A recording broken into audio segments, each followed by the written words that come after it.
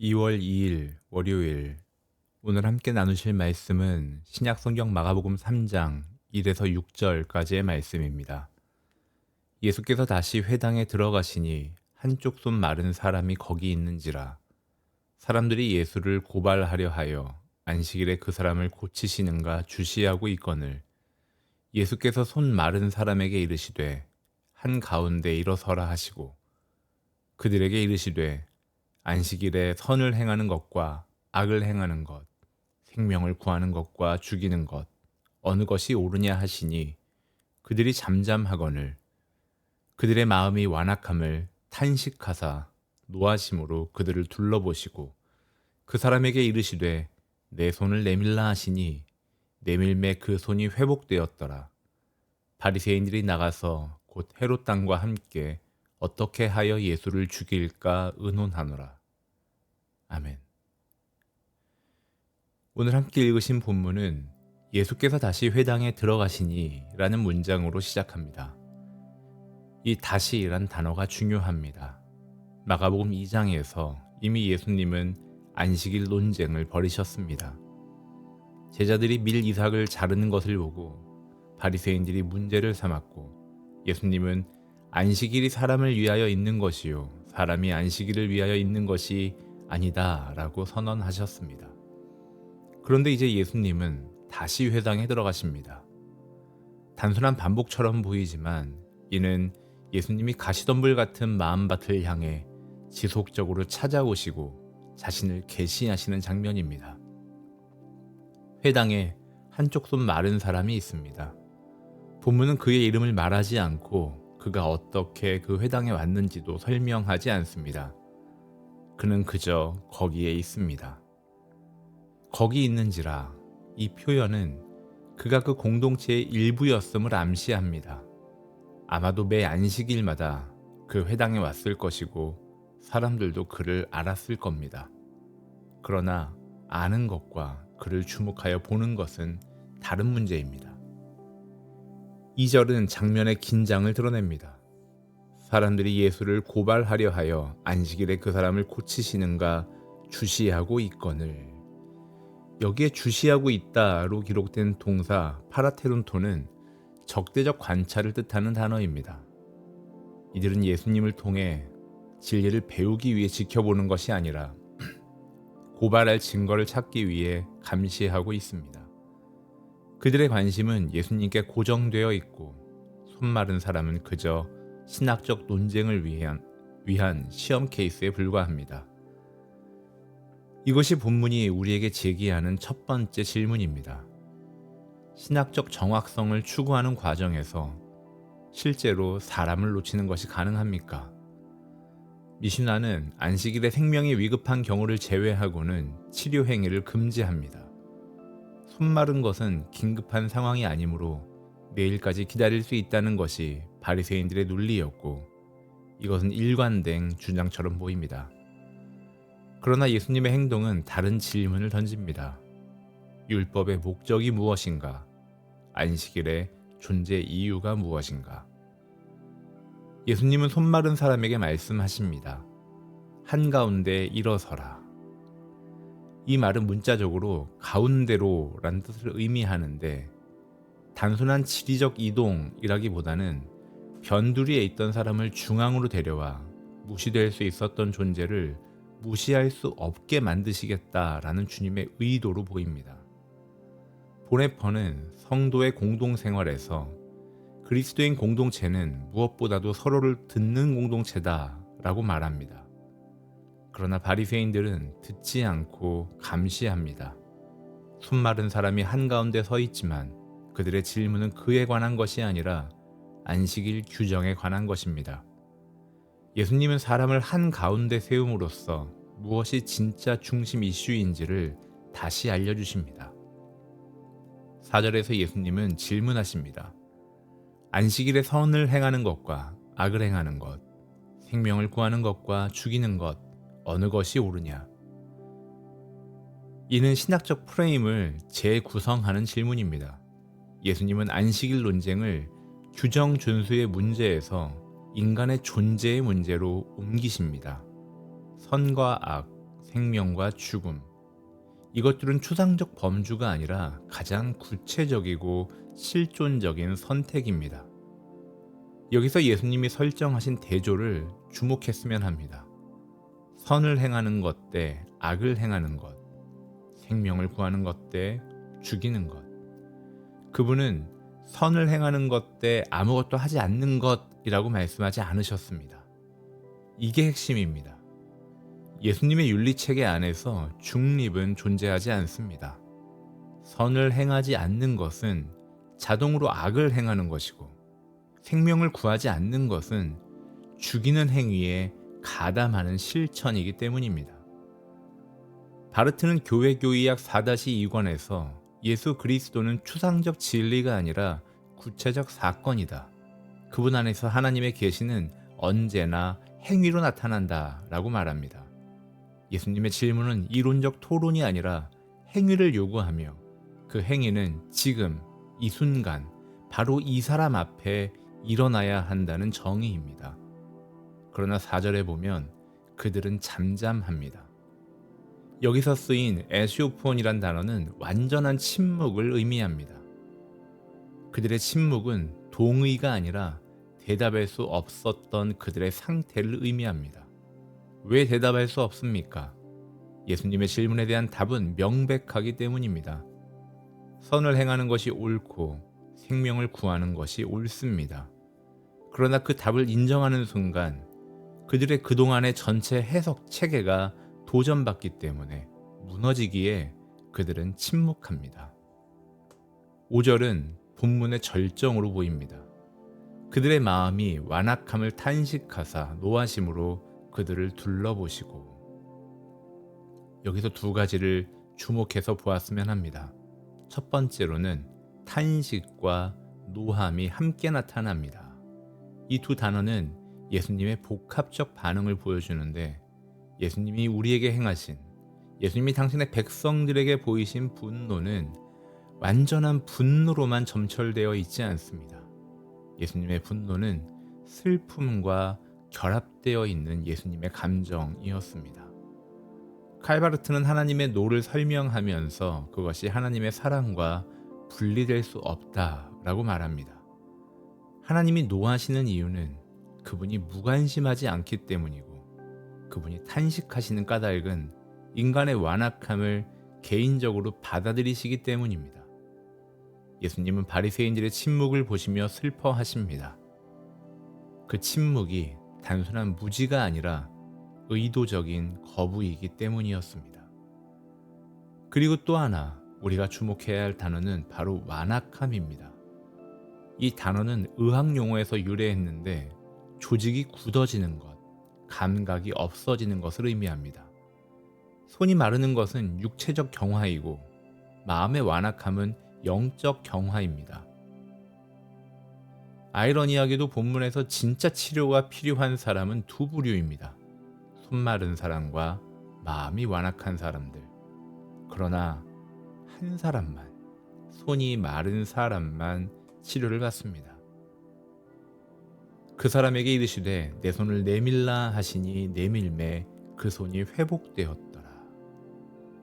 5절의 말씀은 현재 명령형으로 지금 내밀라는 것입니다. 그리고 내밀매, 그는 즉시 순종합니다.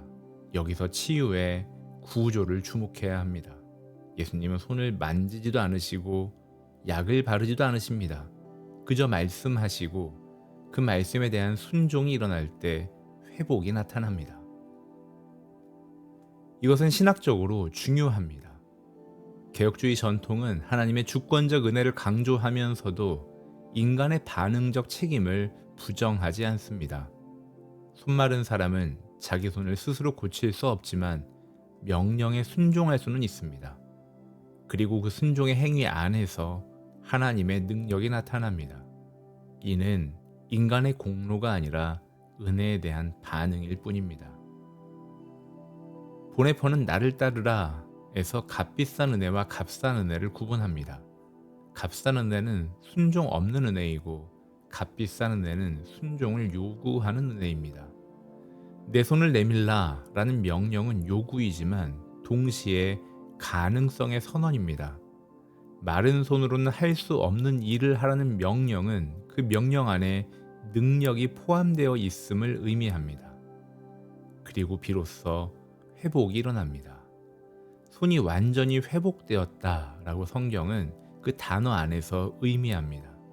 부분적 개선이 아니라 완전한 회복이며 바로 이 일은 안식일에 일어났습니다.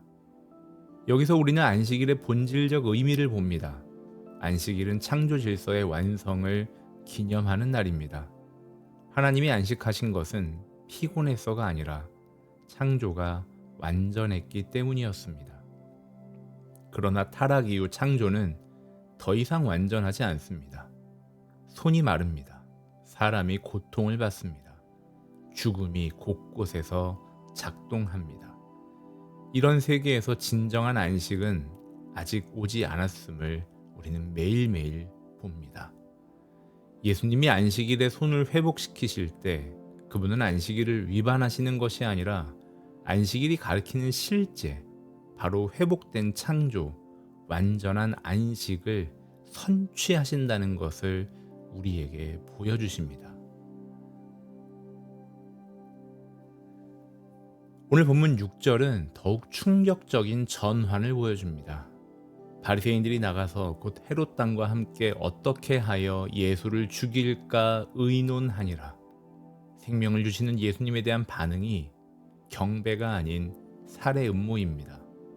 그리고 이것이 일어나는 시점을 보십시오.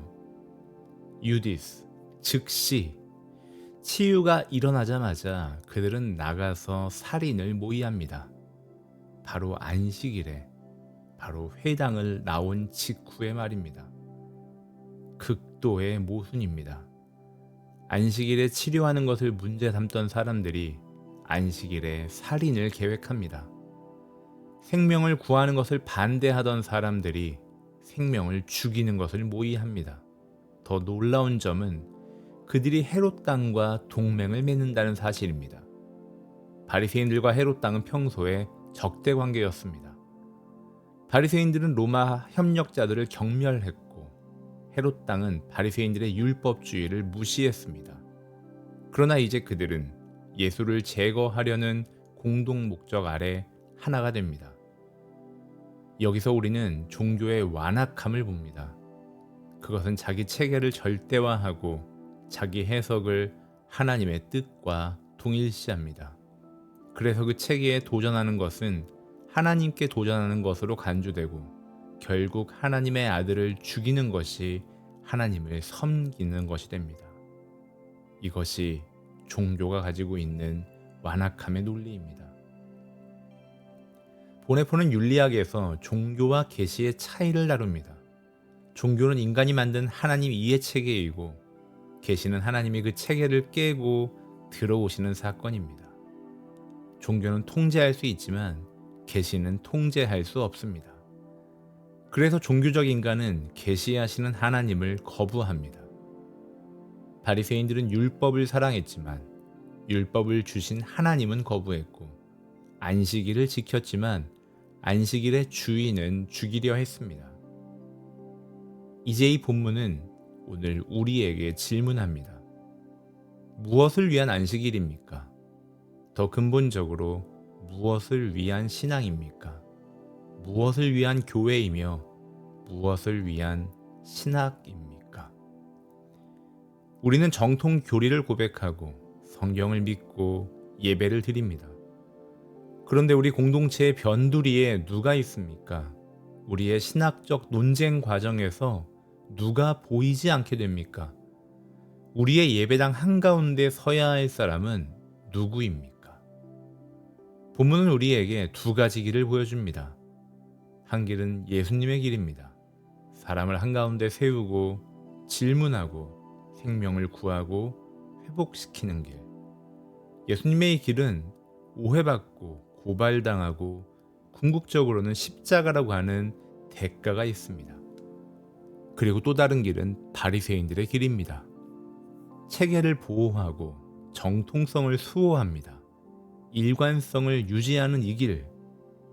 그러나 이 길은 사랑을 놓치고 생명을 놓치고 하나님을 거부하고 궁극적으로 살인으로 가는 죄의 열매를 맺는 길입니다. 우리는 어느 길을 택합니까? 이는 선택의 문제가 아닙니다. 우리는 이미 예수 그리스도를 주로 고백했고 이미 안식일의 주인을 섬기기로 했습니다. 그렇다면 우리에게 남은 것은 그 고백의 구체적인 현실입니다. 하나님의 주권은 추상적 개념이 아니라 구체적 현실입니다. 하나님이 주권적으로 통치하신다는 것은 그분의 가치가 우리의 가치를 규정한다는 것입니다. 그분이 생명을 선택하시면 우리도 생명을 선택하고, 그분이 소외된 자를 한가운데 세우시면 우리도 그렇게 하며, 그분이 안식일을 회복의 날로 정의하시면 우리도 그렇게 삽니다. 이것이 우리의 명예입니다. 우리는 안식일의 주인을 아는 사람들이고 그분의 질문을 들은 사람들이며 회복을 목격한 사람들입니다. 그리고 이제 우리는 그 회복의 증인으로 살아갑니다. 이것이 우리의 책임입니다.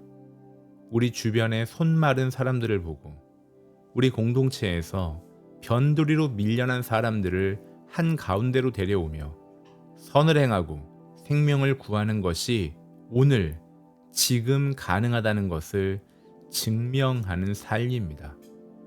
마가복음 2장 27절을 기억하십시오. 안식일이 사람을 위하여 있는 것이 아니요 사람이 안식일을 위하여 있는 것이 아니냐. 이 원칙은 모든 영역에 적용됩니다. 신학은 사람을 위하여 있고 교회는 사람을 위하여 있으며 예배는 사람을 위하여 있습니다. 더 정확히 말하면 이 모든 것은 하나님의 영광을 위하여 있고 하나님의 영광은 살아있는 인간 안에서 드러납니다. 내 손을 내밀라. 이 명령은 오늘도 계속됩니다. 우리의 무능함을, 우리의 마른 손을, 우리의 필요를 주님 앞에 내미는 것. 이것이 신앙의 시작입니다. 그리고 회복을 경험한 우리는 다른 이들에게 같은 명령을 전하는 사람들이 됩니다. 한가운데 일어서라. 내 손을 내밀라. 무엇을 위한 안식일입니까? 생명을 위한 안식일입니다. 회복을 위한 안식일입니다. 하나님 나라를 실현하는 안식일입니다. 그리고 그 안식일의 주인이신 예수 그리스도께서 오늘도 회당에 들어가시고 오늘도 변두리의 사람들을 한가운데로 부르시며 오늘도 우리에게 회복을 선포하십니다. 우리는 그 사역에 참여하도록 명예롭게 부름을 받았습니다. 이것이 교회의 그리고 우리의 존재 이유임을 알고 행하는 복된 우리이기를 주님의 이름으로 축복합니다. 함께 기도합니다. 전능하신 하나님, 당신은 안식일을 만드시고 그날을 거룩하게 하셨습니다. 그러나 우리는 고백합니다. 우리가 때로 안식일의 형식은 지키면서 안식일의 주인을 외면하였음을 고백합니다. 주님은 회당에 들어가시며 손마른 사람을 한가운데 세우시고 그를 회복시키셨습니다. 우리의 눈을 여시어 우리 공동체의 변두리에 있는 사람들을 보게 해주십시오. 우리의 신학적 정확성 추구가 실제 사람을 놓치는 도구가 되지 않도록 우리를 돌아보아 주십시오. 당신의 질문을 우리에게 던져주십시오. 선을 행하는 것과 악을 행하는 것, 생명을 구하는 것과 죽이는 것, 어느 것이 옳으냐? 이러한 주님의 질문 앞에 우리가 침묵하지 않게 하시고 우리의 마음이 완악하지 않게 해주십시오. 우리에게도 말씀해 주십시오. 내 손을 내밀라. 우리의 무능함과 연약함을 당신 앞에 정직하게 내밀게 하시고 당신의 회복의 능력을 경험하게 해주십시오. 우리가 받은 회복을 기억하게 해주시고 우리도 다른 이들을 한가운데로 부르며 생명을 선포하며 주님의 나라를 증언하는 자들이 되게 해주십시오. 우리의 예배가 형식이 아닌 실제가 되게 하시고 우리의 신앙이 체계가 아닌 생명이 되게 하시며 우리의 교회가 우리 자신을 위한 것이 아니라 세상을 위한 도구로 쓰임받게 해주십시오. 안식일의 참 주인이신, 생명 그 자체이신 우리 구주 예수 그리스도의 이름으로 기도합니다. 아멘. 하늘에 계신 우리 아버지여, 이름이 거룩히 여김을 받으시오며 나라가 임하시오며 뜻이 하늘에서 이루어진 것 같이 땅에서도 이루어지이다. 오늘 우리에게 일용할 양식을 주시옵고 우리가 우리에게 죄 지은 자를 사하여 준 것 같이 우리 죄를 사하여 주시옵고 우리를 시험에 들게 하지 마시옵고 다만 악에서 구하시옵소서. 나라와 권세와 영광이 아버지께 영원히 있사옵나이다. 아멘.